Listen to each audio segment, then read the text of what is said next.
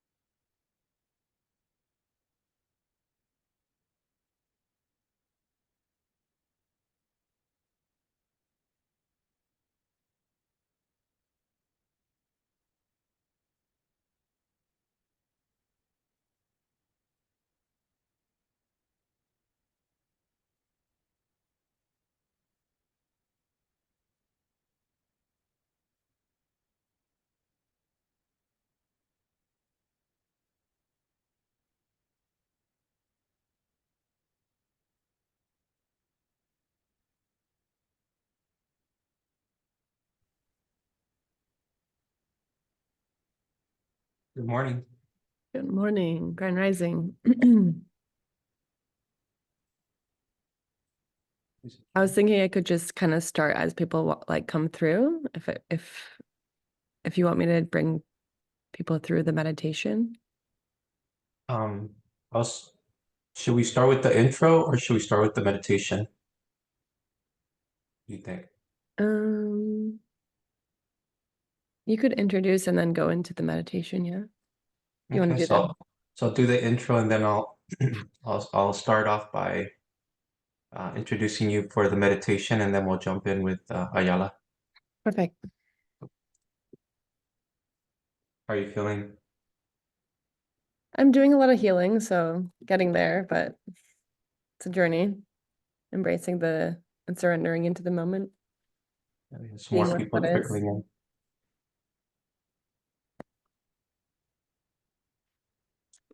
Do you see the question that I posted on the chat or should I repost when everybody's on? Repost, yeah. Okay, perfect. Welcome. Looks like we have JB, Bruce, Victoria, and we have our guest speaker jumping on the call as well. Hey guys, sorry, I was away eating some breakfast. Hey, Hi. Josh. Hi, JB. Am I saying that correctly? Yeah, Jessica. Hey. Oh, Jessica. Oh, there you are. Yeah, we That's met right. a couple months ago. I'll mute now though. But yes, how you doing? Good, good in yourself. Let's There give we it go. another minute or so and then we'll jump on the call. Usually I give it till 11:03, 11:05. We'll get started. Welcome, Ayala. Thank you so much. So we'll give it about another minute or two and then we'll get Mm-hmm. started. We'll get started with a short introduction. Then I'll have Glove lead us on a quick couple minute meditation and breath work to get us grounded, and then we'll jump in having you present. I'm so looking forward to having you share your perspective and your journey really and Thank defining you. what that means to reclaim the divine feminine. Hi, can anyone else hear me right now? I can hear you, Bruce. Hello, no. Hi, I just wanted to make sure that my microphone is on. I promise to shut up. Where are you joining us from, Bruce? Kansas This is the City. first. I'm sorry. Kansas City.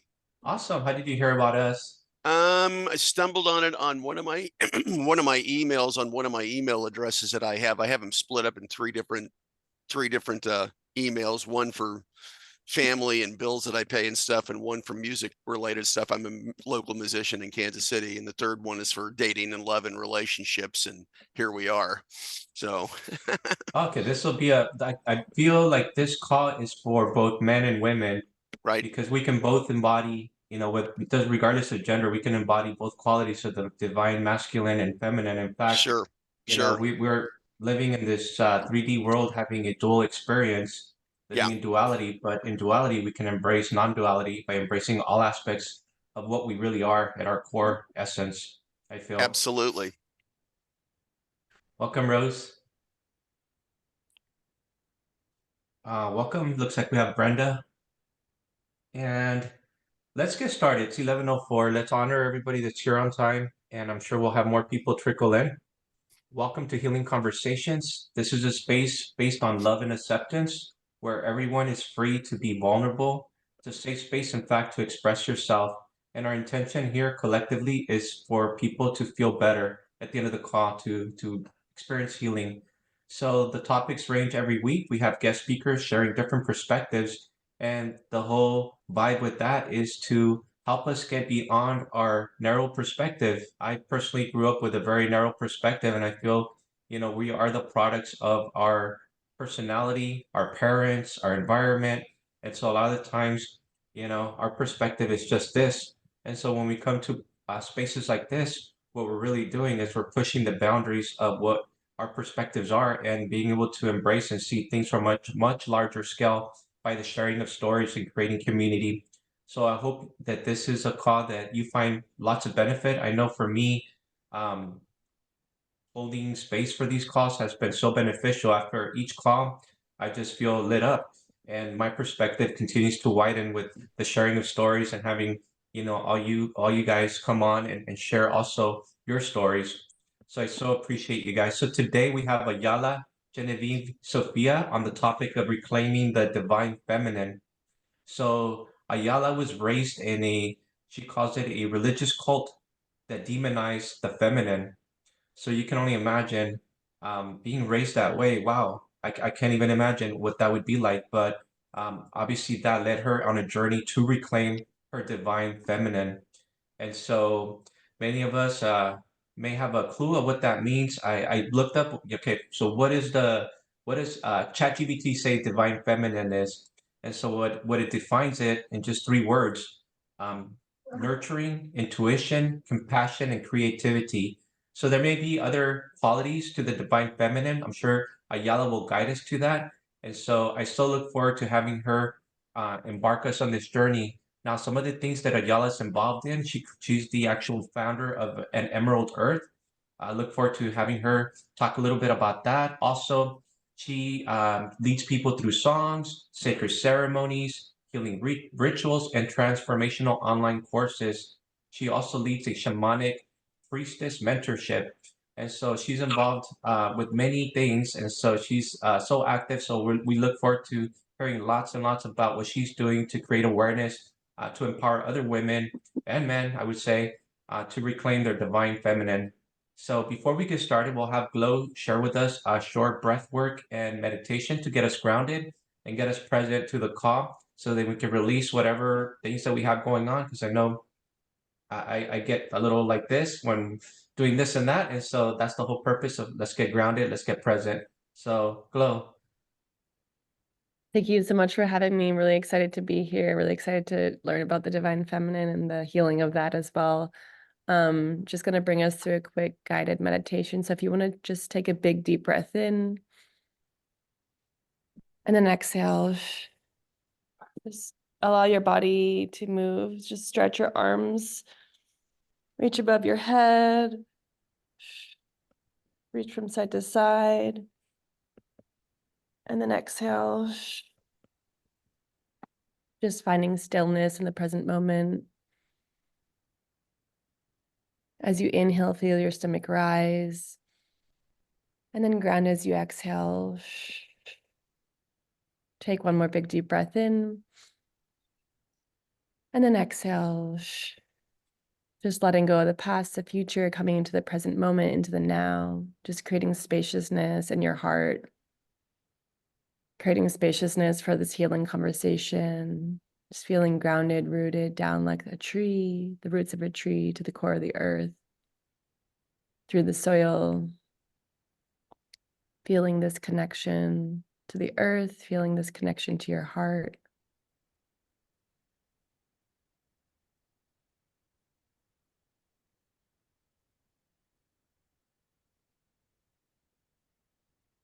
Just asking yourself, what is your heart calling to share today? What is your soul calling to express, to heal? Just letting go of any limitations, restrictions, or blocks that you've had in the past. And allowing this spaciousness to grow and expand infinitely to heal. Just expanding your consciousness, feeling lighter, raising your vibration, your energy, your frequency, consciously creating your new reality. And just giving gratitude for the land, for the water, for the air, for all the animals, for all the humans. Take one more big deep breath in. And then exhale. Namaste.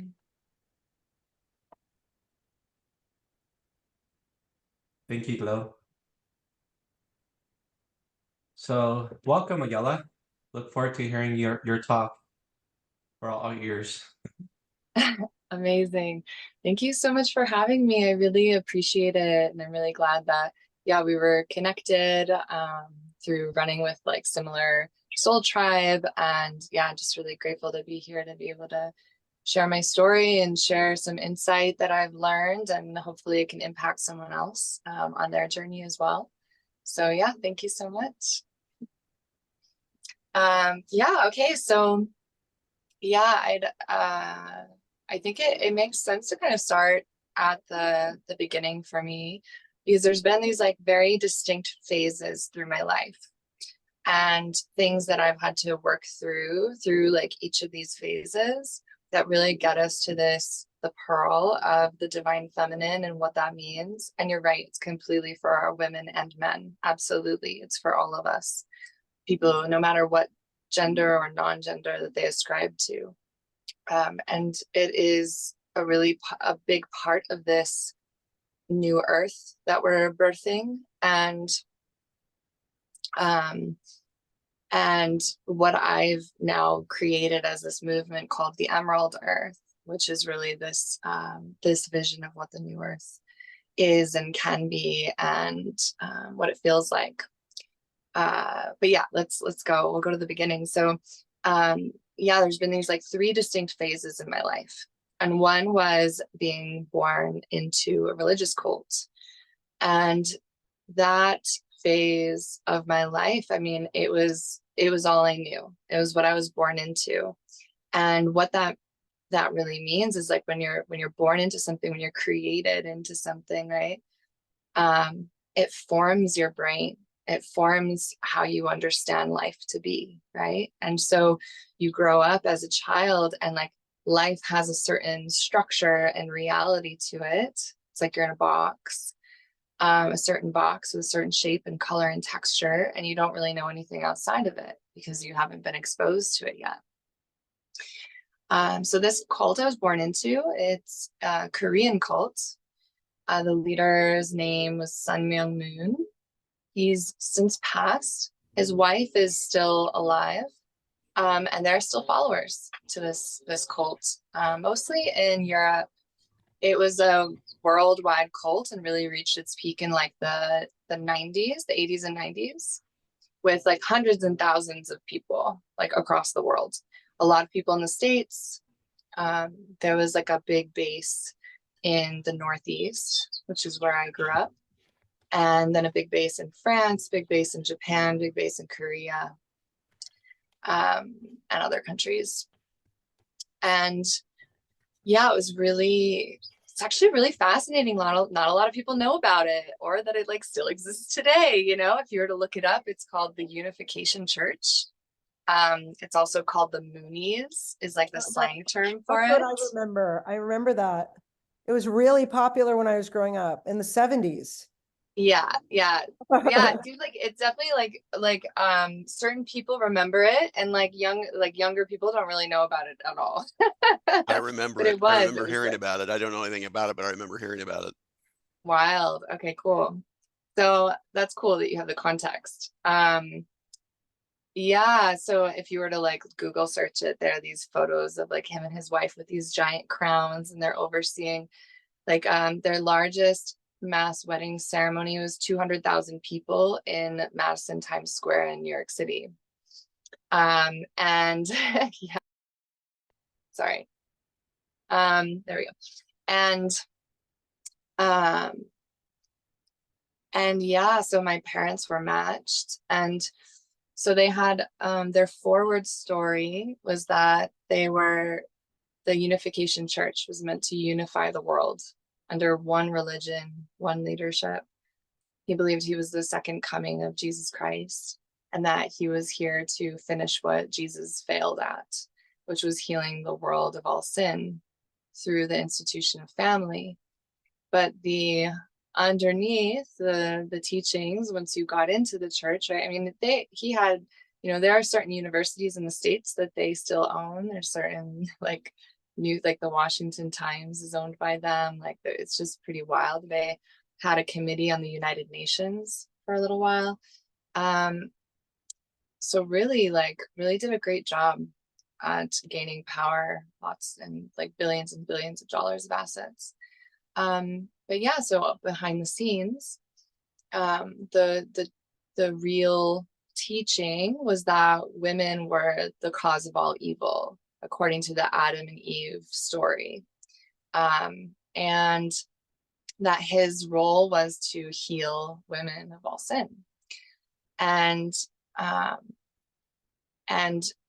through that, there were actually like sexual rites of passage and stuff that were passed down that were like everyone in the church had to follow in order to like heal the women of sin, like heal the women of like being the root cause of evil.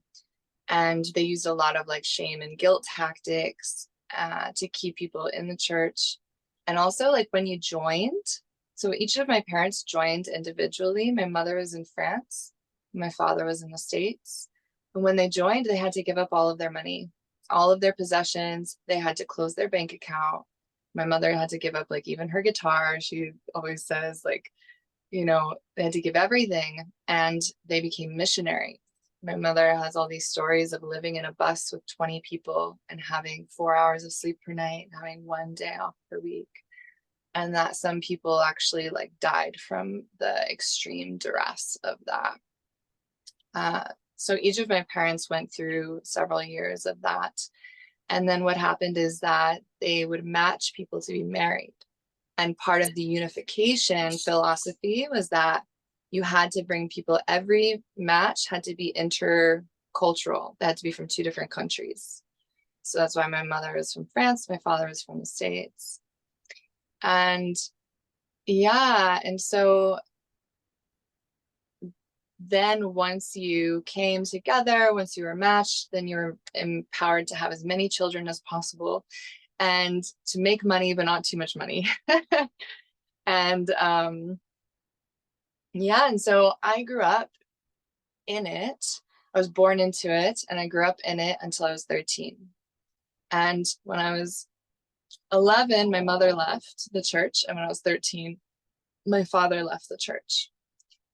And so then I left the church, and it was pretty fascinating. It's been a fascinating journey for me, because during those 13 years, there wasn't any like extreme, like I didn't experience any like extreme abuse, right? Like I didn't experience any extreme programming.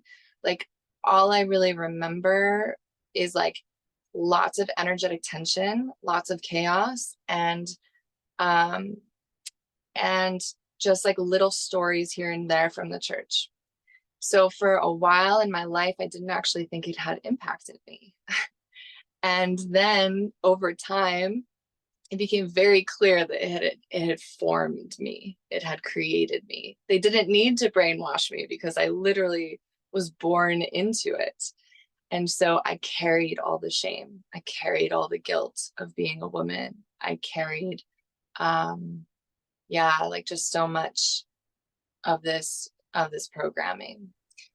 And there, you know, it's taken me some time like doing research to really find out, and meeting people who were in the church to really find out the deepest truth. Because my parents, it's uncomfortable to talk to them about it. You know, it's painful for them. So it's been this like really fascinating process. So this really what came from this was like very, very much oppression of the feminine, and very much this like glorification of like the masculine of the household, and in a very like authoritative way, very like disciplinary, authoritative way. And then a lot of sexual perverse tension. There were things like human trafficking and child pornography and things that were really common in the church and that I was exposed to as a child. And so there was this also just this real perversion of sexuality. So that really formed the basis for the first part of my life. And because of the chaos and the tension and everything I was carrying, I had debilitating anxiety.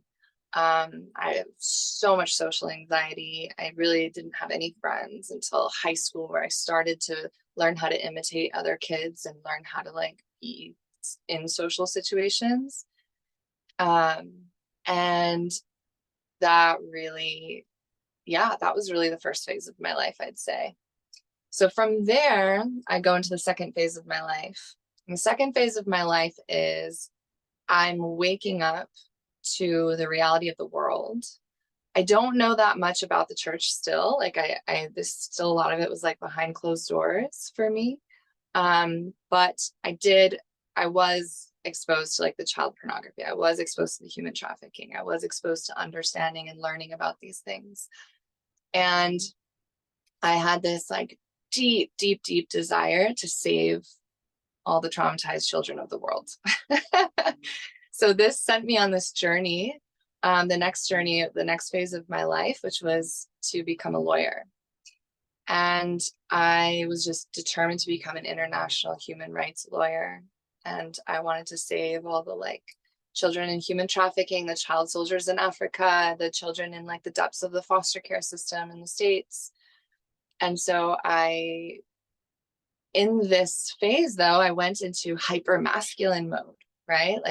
I was taught, this is success in the world is what matters.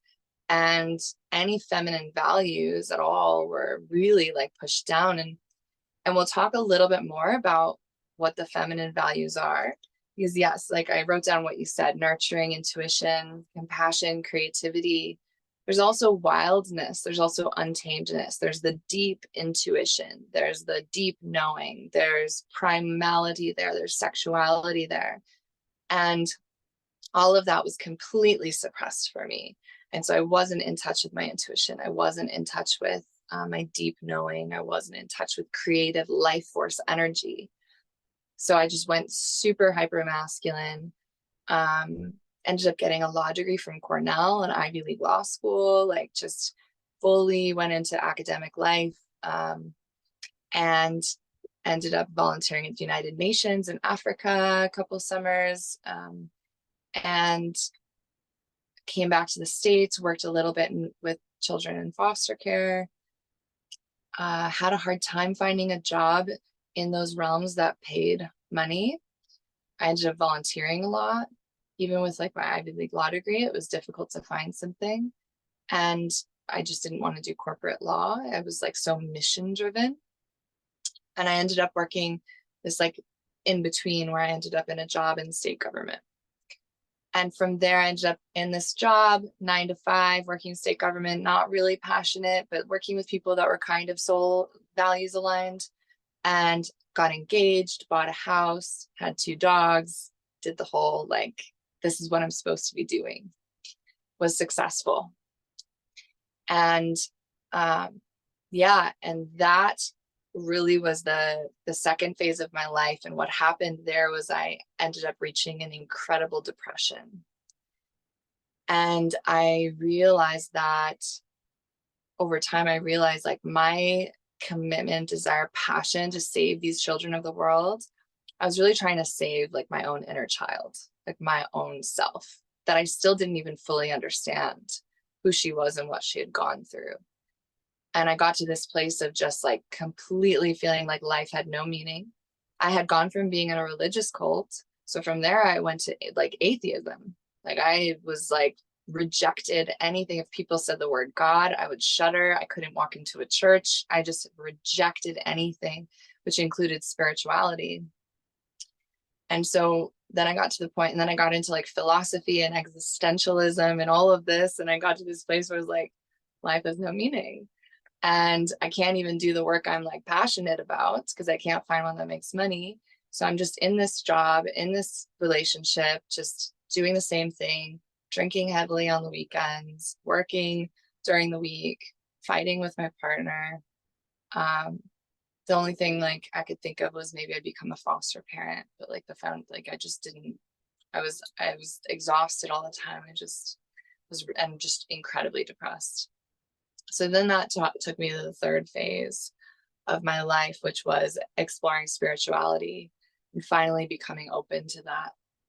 And, I just synchronistically, different things, came through in my life. Like I'd read a philosophical book and I ended up on a book on shamanism. And I was really into like philosophy. So it also led me to like Siddhartha and Buddhism. And I started finding all these like little weavings towards understanding things on a like consciousness more on an expanded level, and then how that connected to spirituality, and dove into this path of shamanism, being this kind of Western term for this earth medicine, religion, spirituality from all of these indigenous cultures that have all these similar threads woven through them. And really started learning about that, and began this whole journey into working through all of these layers of programming and conditioning I had been taught. And so what I realized I had to work through is, I had to work through first just like cultural normative conditioning. I left my job, I left my partner, and I left and went on this journey and started this really what became a dark night of the soul, to learn more about the feminine, to learn more about what it was like to not have to follow all of the rules. Like I was wearing, a suit or something similar to that every day. I was just doing that, coming home, watching TV, and then drinking on the weekends. And that was my entire life. And, and there wasn't like freedom of expression. I was constantly like, trauma response, like just making sure everyone around me was happy all the time, like making sure everyone's good, making sure we're good. Like there was no self. I didn't know who I was. I didn't have an identity of self. I didn't have expression. I didn't have intuition. And the word intuition was what led me to really start exploring this path. I said, okay, I don't know if I believe in anything, but I feel like I believe in intuition. Like I can believe in that. And I want to figure out what that is. That was like the step that was able to bridge me from like, I'm terrified of anything that sounds like spiritual or religious or anything, but intuition feels safe enough. And yeah, then this third phase of life became this reclamation of the feminine. And what that looked like was really messy, which is also a part of the feminine.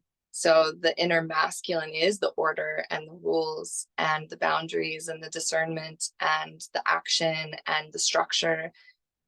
And the feminine is not that. Feminine is wild, it's messy, it's chaotic. And this is where our life force comes from. This is where our creativity comes from. Again, in both men and women, right? In everyone. And what happens is that when we have taken the wild feminine and demonized it, because it is scary, and we'll get there, we put it in like a closet, the shadow closet. And what happens is like, she's going to come out, right? Like she's still there. So she'll come out in reactivity. She'll come out in addictions. She'll come out in vices. She'll come out in all of these ways because she exists, right? You talked about duality and how like this universe, like you can't get rid of something. Energy is never created or destroyed. So if you just push it somewhere, it's going to like just revolt and come all the way over here. So one of the greatest, like I'd say there's like two, they're very interwoven, but two things I've really dove into. And one is this like shamanic, sacred, connected to the earth wisdom, learning from the plants, plant medicine ceremonies completely changed my life. And then also the laws of alchemy and the philosophy around alchemy and understanding that, right? So if I push something all the way over here, it's gonna like swing all the way over here, right? The rhythms, the law of like rhythm, the law of polarity, all of these things. So yeah, but what, like I said, it was messy. It was me, you know, rejecting things outright, like rejecting anything that felt like normative culture, completely going out. And eventually I ended up living in a van, living in these nomad communities. I actually live in a van now, but in a different way. But living in a van, living in these like hippie nomad communities out in the desert for months and months without any contact. This was during COVID, like just without any contact with like normative culture, and like just in these like alternative communities. The last 2 years, I lived in Guatemala and Costa Rica and Thailand, and I actually wasn't in the States at all. I just returned to the States 2 months ago. And yeah,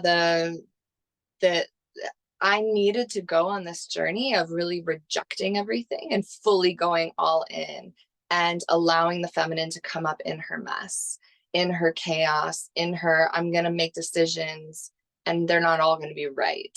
And allowing that to happen, because what that's happened has opened up this incredible channel for life force energy and creativity. And it's more than just, so there's 2 pieces to this that feel important. One is the messiness and the wildness. So there's like the untamed nature of the feminine. And so she's the one that like doesn't follow the rules, doesn't want rules. She wants to be messy. It's very like watery and earthy and like literally going out and rolling around in the dirt, you know, and getting dirty or, you know, or like, you know, doing things and in her shadow aspect, she can do things that are actually detrimental to self. But in her beautiful aspect, her light aspect, she's in creativity and expression. And then that's where you get like art and creativity that's like not logical and doesn't come from the mind. It's her connection to source. And then the other piece that's really, really also quite interesting is the dark feminine. And she's a very, very important part of the divine feminine. And this journey is also required, and this is what I believe is so incredibly important for our world to do, and that our world is doing right now, is this reclamation of the dark feminine. And she is really what was fully outcasted in the church that I was born into and in normative culture. Because the dark feminine in her shadow aspect, she is like Lilith or Hecate or Medusa, or not even Hecate actually, she isn't, but like Lilith and Kali and Medusa, these dark goddesses that have these stories that are very violent and destructive. And so the dark goddess in her shadow aspect is destructive and will actually harm others, right? In her destruction, she's okay with that. But when you get down all the way down, which I've learned in my shamanic practices, like all the way down to the root of the dark feminine, like you go even deeper than the violence, which most people don't want to do that. Most people see the violence and they're like, nope, can't look at that. Like, I can't feel that.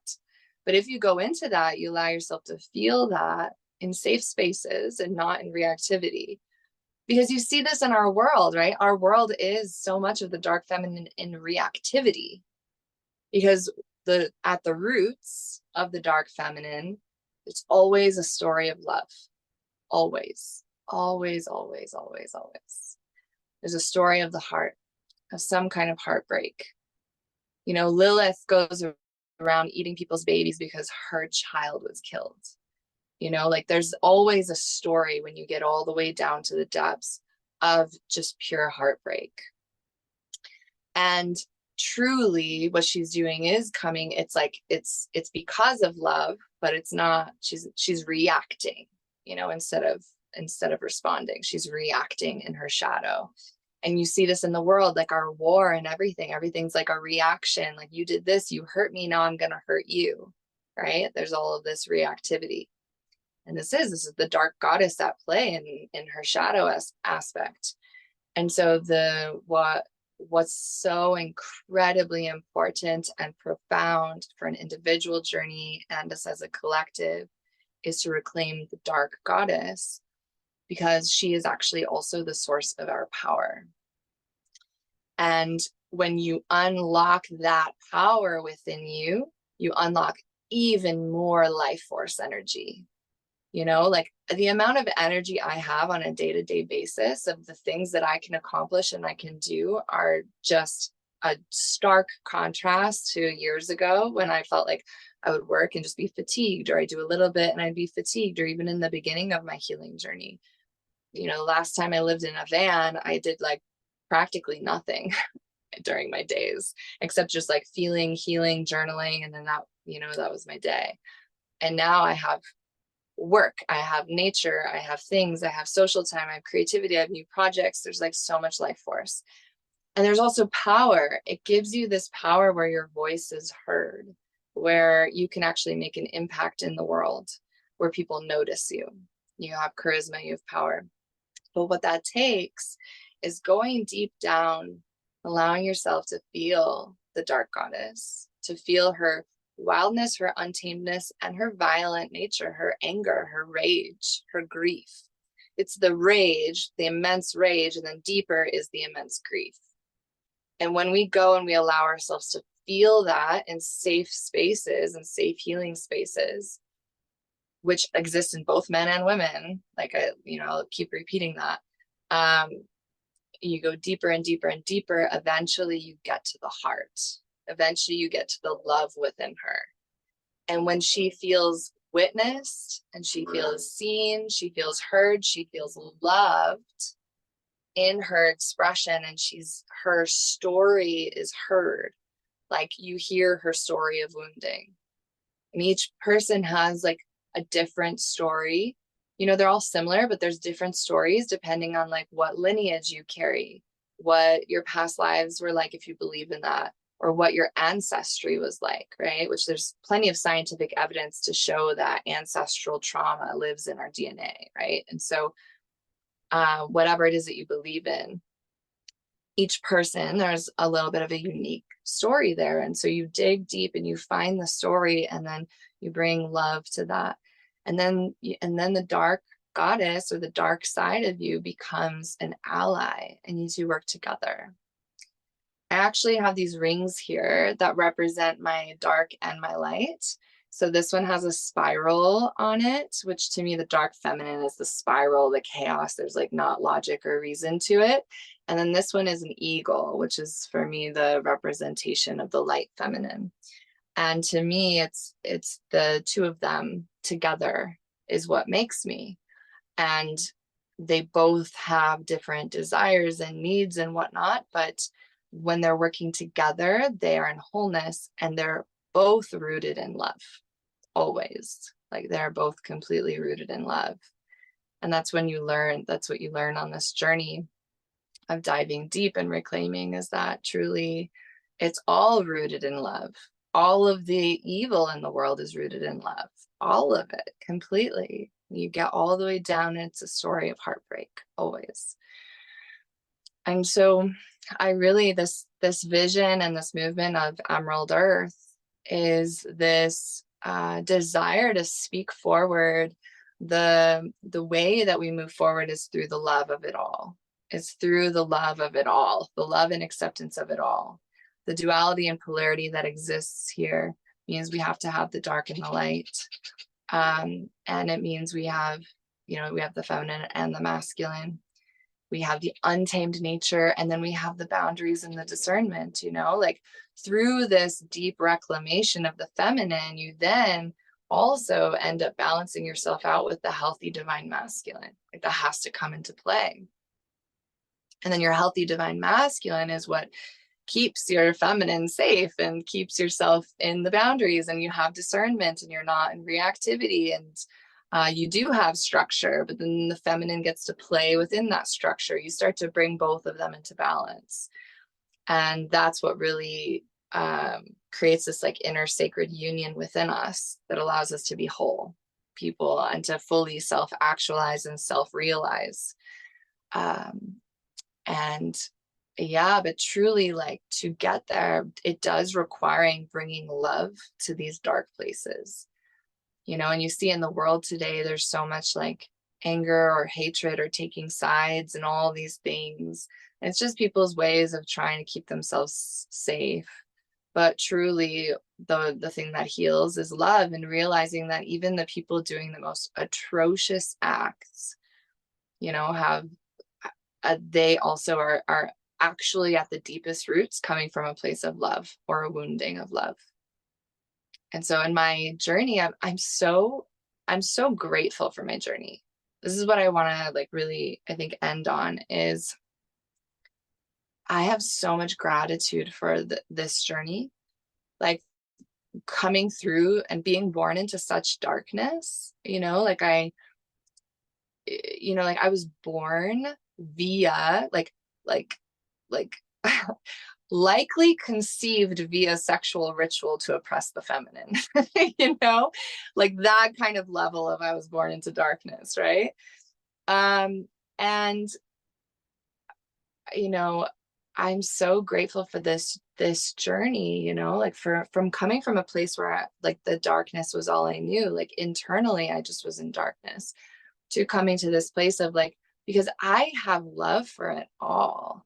Like I now can witness someone who is a murderer, a human trafficker, a child porn watcher, whatever it is, and I have love for them. And I understand that there's healing and there's deep wounding of love at the root of that. I mean, there isn't anything that I wouldn't have love for.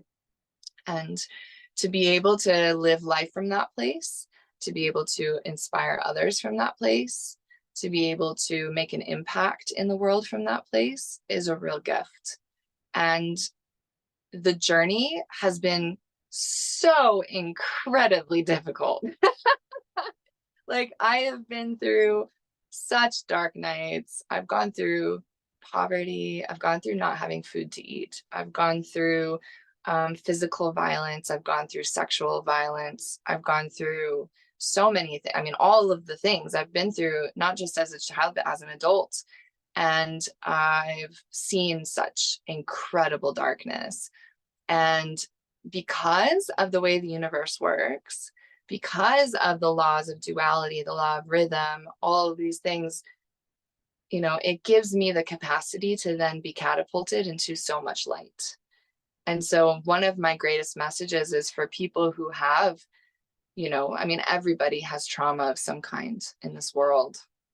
But for people who feel like, oh, like my story is harder, like my story is darker, I had more abuse or, you know, whatever it is, you know, it's actually a gift because you can catapult it into even more light, even more capacity for light and bliss and joy. Like you actually have greater capacity. And so going into the wound allows you to reclaim those gifts and allows you to then fully become like who your soul came here to become. And it really is an incredible journey, and one that like I have just pure gratitude for now, which was only recently that I was able to get to that place. You know, like it's been a journey.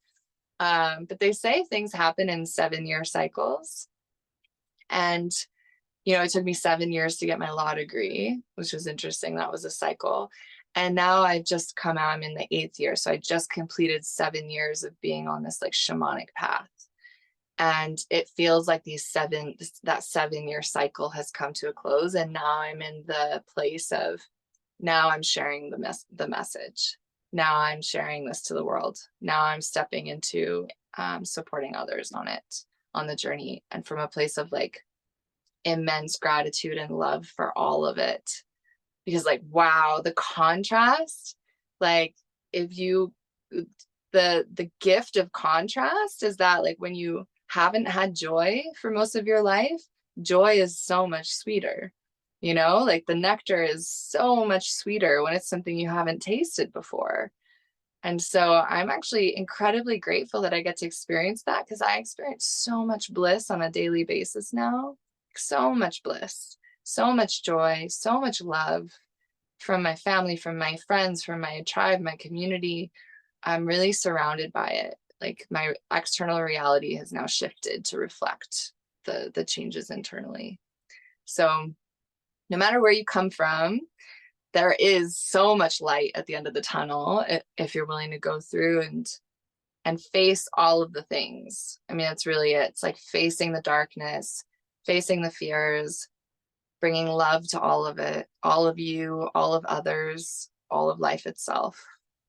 And you can unlock literal magic. So yeah, I think that's where I'll end for now. Thank you, Ayala, for sharing your light with us. I 100% agree. Instead of judging life moment by moment, appreciate the tapestry, the variation, all extremes, right? That's how we learn to that's how masterpieces are. I always use this example. We're like this blank canvas when we're born, maybe a few strokes, and you only know and appreciate this canvas once it's complete, because there's a variation of colors, shapes, and forms. And so it is with life, right? So what a beautiful place you're at. And thank you so much for enlightening us and sharing your light and inspiring us today. So we have about 15 minutes. I'd like to open it up for reflections, comments. Um, Anybody here have any thoughts they want to share? Want to ask any questions? Bruce, looks like you have your hand up. Hi, guys. First of all, I want to applaud you for having the courage, one, to tell your story like that. That goes without saying, but even more so, I want to applaud you for being able to articulate what you did in 45 minutes. It would have taken me a week, and I still would not have even remotely gotten as close to verbalizing everything that you verbalize in a condensed period of time. My bandmates tell me I could have my own talk show without any guests. And Your Honor, I'm afraid they're right. They're not exaggerating. I have to corroborate their testimony. They're right. So I applaud you on that. That's all I had. Thank you. I appreciate that. You bet. Jessica, looks like you have your hand up. So my question is, when you're saying you're a shamanic teacher, what does that exactly mean? Yeah, I didn't really go into the shamanic piece so much.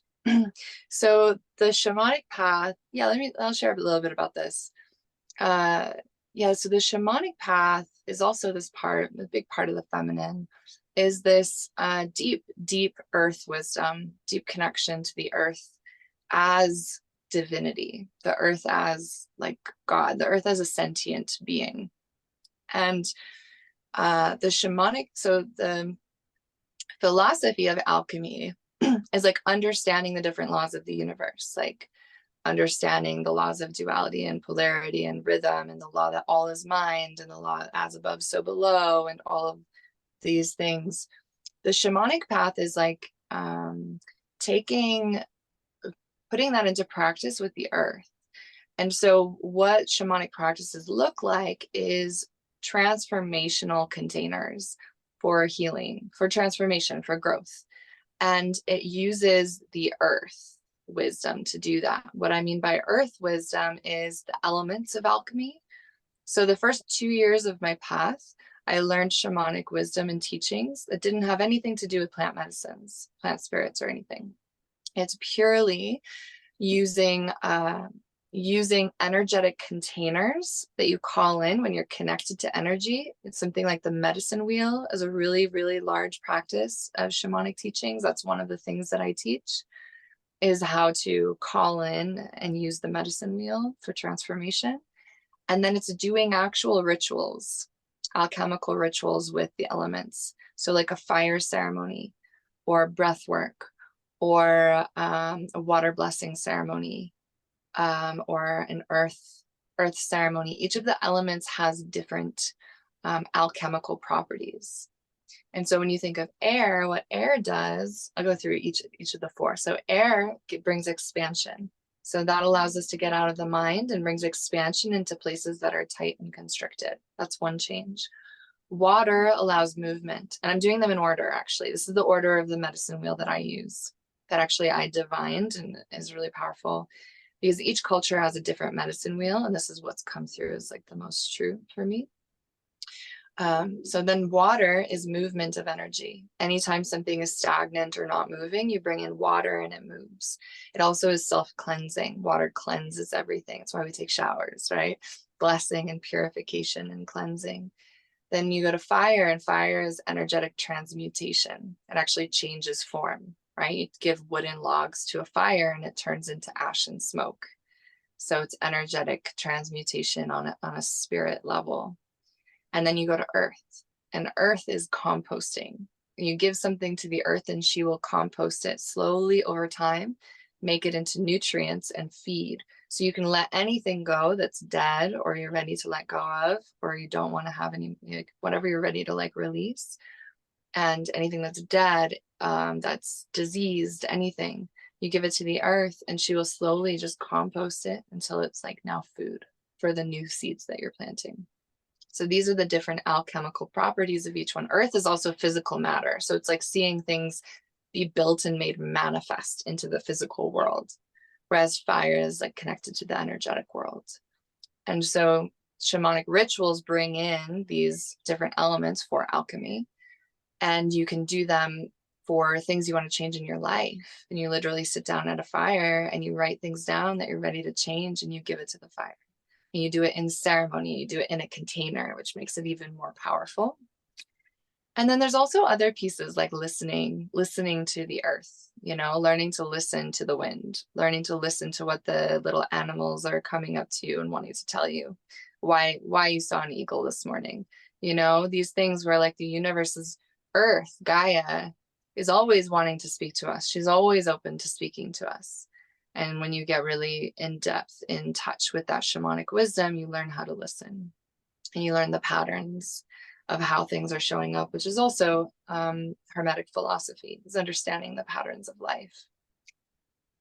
So there's that piece. And then there's the plant medicine piece, which is also a deep part of shamanic ritual. And that's, you know, psychedelic plant medicines like psilocybin, ayahuasca, wachuma, bufo combo, although those are from a toad and a frog. But yeah, so it's like earth medicines.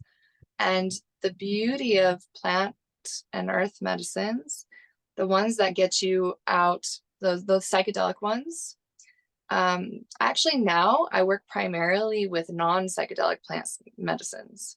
I work primarily with like cacao and rose and bovensana, blue lotus.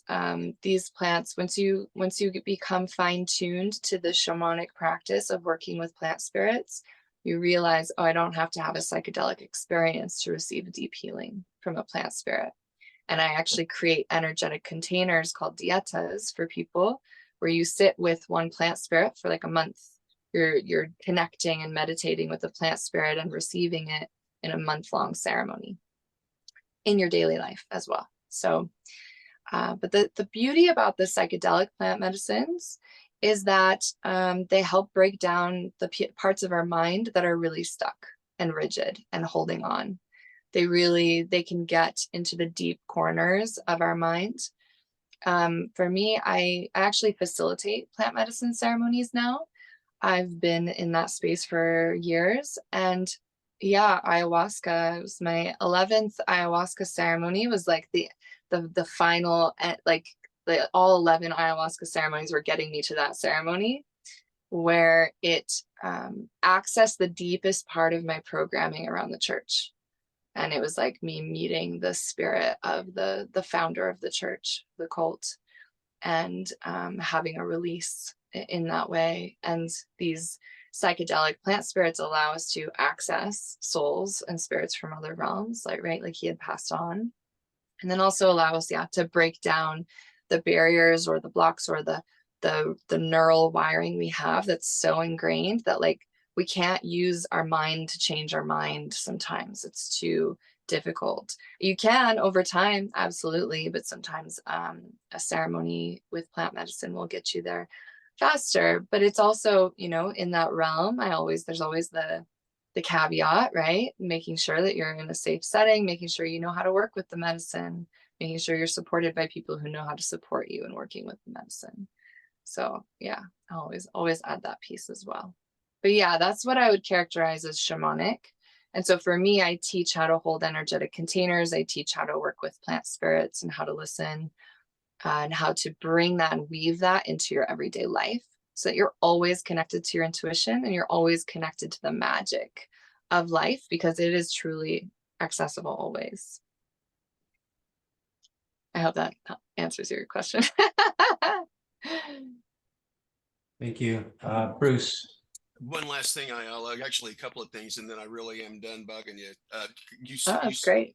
You mentioned a couple of things there in that 45 minutes piece that really resonated with me. And the first one has nothing to do with healing as much as you mentioned living in a van, and it made me think of the experiences in some of the bands I've been in where we've traveled out of town to go play some festival. I had to laugh to myself when I read that because my experience there was completely different, I'm sure, from what you were describing. It wasn't bad or nefarious. It just had to laugh to myself.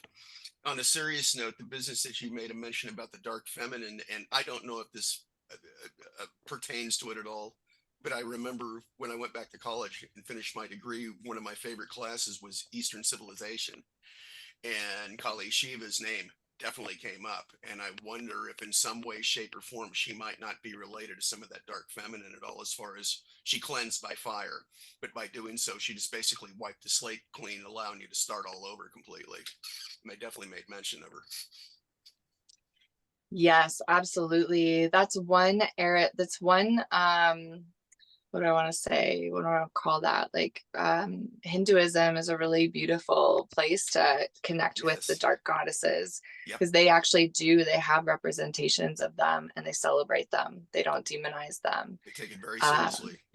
Yeah. So Kali was the first one that I invoked on this path. And I mean, be careful if you invoke her, because she will deliver. She'll ruin your day if you're not careful. Right. Yeah. But it's be always careful where you tread. Right. But it's always like Kali. She transforms and transmutes and destroys by fire, but always for the highest alignment of your soul. Yeah. Always. Yep. Yeah. I remember that much from 35 years ago, but I swear I do remember it. Anyway, I'm done. Thank you. I'll shut up. No, you're great. Thank you. Thank you. Thank you, Bruce. We have a few more minutes. Anyone else like to chime in, comment, reflection? We covered so much ground today. Maybe something you're experiencing that you want to be witnessed, Well, Jessica? I just wanted to ask, do you have a contact? Yeah, so you can contact me on, let's see, right now on Instagram, but I am about to change my name. So this is an interesting little side note, is that I was born with the name Genevieve, and I received the name Ayala in ceremony, but actually when I received it, it was actually meant to be a last name. But I really wanted a rebirth and a rewriting of my identity. So I changed my name to Ayala Sophia. And I'm in the process of bringing Genevieve back. So I'm actually just about to change my Instagram handle, probably to Genevieve Ayala. But right now it's Ayala Genevieve Sophia. That's one way to access me. I'm trying to think. I also have an email address with that name, which is also Ayala Genevieve Sophia at gmail.com. And definitely I'll make sure that it's written. I can write it in here because I know it's like difficult to spell. But I know No has it. I'm sorry, I butchered your name. So Ayla, I've been calling you Ayala. You know, actually, when I first received that name, I was pronouncing it Ayala. So you are not wrong. I'm just typing this in right now. Let me make sure there we go. So the way I just spelled that in the chat, that's the email address and that's the Instagram username. So if you connect with me like today on Instagram, you'll see the change. Like you'll still be connected to me. So yeah, another place to access me is at an Emerald Earth on Instagram. So it's Emerald Earth, but with AN at the beginning. And that's the the project that I'm working on right now. I did an online summit, and now there's going to be a podcast. I've been doing a live podcast episode every week, similar to this. Did it looks work? like we didn't get the info. I had maybe- put your Instagrams, but the email didn't come up on the chat. Oh, because it's I see what happened. It became it's a direct message. There we go. I'm It sorry, didn't can we go hear more about your podcast? There we go. I just sent it. See if it came Yeah, through. sir. Okay. Yeah, so the podcast is on like these topics on like more of like a big picture level of birthing the Emerald Earth, the new Earth. And Emerald Earth came to me in the name Emerald came to me in a dream. And then in the Texas, not Texas, in the eclipse ceremony I was in Texas during the big solar eclipse that just happened. And emerald being the frequency of the heart and the stone of the heart. And really have been doing this podcast and this summit to really receive from other people too, like, what is Emerald Earth? You know, I know that she's something that wants to be birthed through me, but right now I'm in the mystery of it, which is another beautiful thing around the feminine and the shamanic path, is you trust the mystery. And the podcast name is An Emerald Earth. And right now it's not actually up on the podcast apps. Right now it's only in a private community app. I just started it. But if you go to Instagram at An Emerald Earth, you'll find it. Or it's also linked in my bio on Instagram. And then you'll find it. It's a free community app where I host everything. And in the next like week or two, it'll get up on the podcast apps. It's one of my missions. But yeah, like Emerald, it's pretty wild because when you're deep in the mystery, things unfold little by little, you know, over time. It's like a really, really fun journey of alchemy and the process of self-actualization. And I just discovered yesterday, I just remembered yesterday that the laws of alchemy, the hermetic laws of alchemy, are actually written on the emerald tablets. So I'm like, okay, this is like getting more interesting. So yeah, there's a lot of symbolism there, but I'm still discovering what it is exactly. But it really feels like a message of how we can create the new earth now. And it's like giving it more clarity and more of a name. It's like the new earth was the conception of something that we wanted to birth, but we didn't know what it was. And Emerald Earth feels like, okay, now she has a name, is what it feels like. So that's what that is. But yeah, it's basically right now interviewing people who have been on this path in some way, shape, or form, and getting their stories of you know, like what it's like to be on this path, how they've done it. A lot of people there have lived alternative lifestyles, have lived in these like intentional communities and eco villages around the world, or who are here in the States, like working a traditional job and then also doing this really beautiful intuitive shamanic work on the side. And so it's just been this really beautiful collection of beautiful beings that I've met on my journeys that are just magical and have so much to share. Yeah. I feel like this platform, your platform, and the many, many people throughout the world that are really like heeding what's coming through and creating spaces like this and like yours. I mean, it's already happening through all of us, right? Just by being open, being an open channel. Yeah.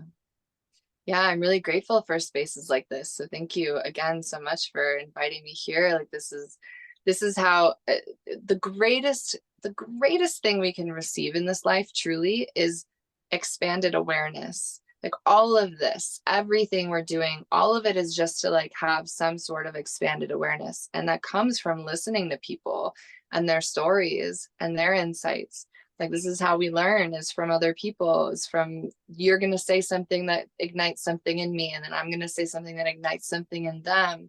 That's how we get out of the box. Otherwise, if we're born into a box, we stay there until someone says something new, and then someone says something new. So this is some of the most important work we can be doing. It's just being in conversation like this. I so appreciate you thank you for shining your light. Bruce? No, I'm done bugging Ayala. This question is actually for you. Two questions actually. One, when is the next one of these sessions and how often are you going to be holding them? So these have been going on since October of last year. And so the next one, we all alternate from Wednesdays at 6, which is the next call, next Wednesday. And then it'll alternate back to Thursdays at 11. So that's ongoing. The goal is every single week. And so it'll just keep going. Actually, we're booked all the way to August, the first week of August with different guest speakers. So no, when you say Wednesday at 6 and Thursday at 11, are you referring to Pacific time? Correct. Okay, because I'm in Kansas City. I'm just trying to do the math. Mhm. So Yeah, cool. we have a tremendous people with inspiring stories lined up. Yeah, every single week is a different guest speaker and so different insights. Like Ayala said, it's the sharing of stories. Right And on. really the objective is to create awareness that takes us out of our box and puts us in line to be in greater alignment with what what's coming through us. A lot of times we're in conflict, right? Right. We grow up like Ayala. I grew up the same way in a religious cult. My perspective was very narrow, and so then I got exposed, and my awareness increased, and here I am now. I'm glad And that it's you just an mentioned. ongoing thing. I'm glad that you mentioned the alternating schedule too, No. And the Yeah. reason I say that, if I may explain real quick, is that I help co-host a local open mic jam night every Wednesday night here in Kansas City. And it's supposed to start at 8 o'clock Central. Usually doesn't start until 8:30. The point being that I may not always be on the Wednesday sessions, but there's no legitimate reason in the world why I can't be there on the Thursday sessions. Well, I took a survey before we started, and that's the reason we have alternating Sure. schedules for people Fair from. enough. I had people Yeah. from Europe sometimes drop in, so yeah, Certainly. it's Yeah. to accommodate everybody. I just wanted to mention that in case I could go MIA one week. What the heck happened to Bruce? Well, this is why. This is why you're not seeing him. So just so you know, FYI, Well, I I'm not appreciate blowing it you. off. I'm therapy through music, so to speak, if you will. Music and dance is medicine. I believe that It's the 100%. first great love of my life. Oh, It is and the first that's great love of my life. That's so fascinating. It's also something that I'm surprised I didn't mention is like how much music has like impacted my life in such an incredible way and how we can like literally change reality with the frequencies of music and sound and our voice. And It saved my life. also Ayala. is such an important, That yeah. might sound like an exaggerated statement. But the scary thing is, it's not. It saved my life. It's why I'm still here. So Yeah, we could talk for days in terms of everything, right? Like, I mean, Yeah. life is so rich and so that's beautiful. why I applaud her for being so abbreviated. Like, God, man, this would take me a month, a week. I couldn't do that in 45 minutes. No way. Mhm. Well, I appreciate everybody for being on the call, and especially Ayala. I appreciate you for enlightening us. Thank you, thank you, thank you so much.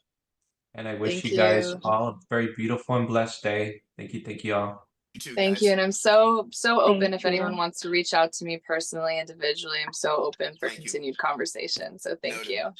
Thank you. Thank you so much, everyone. Thank you. You. Bless you guys. Thank you. Bye.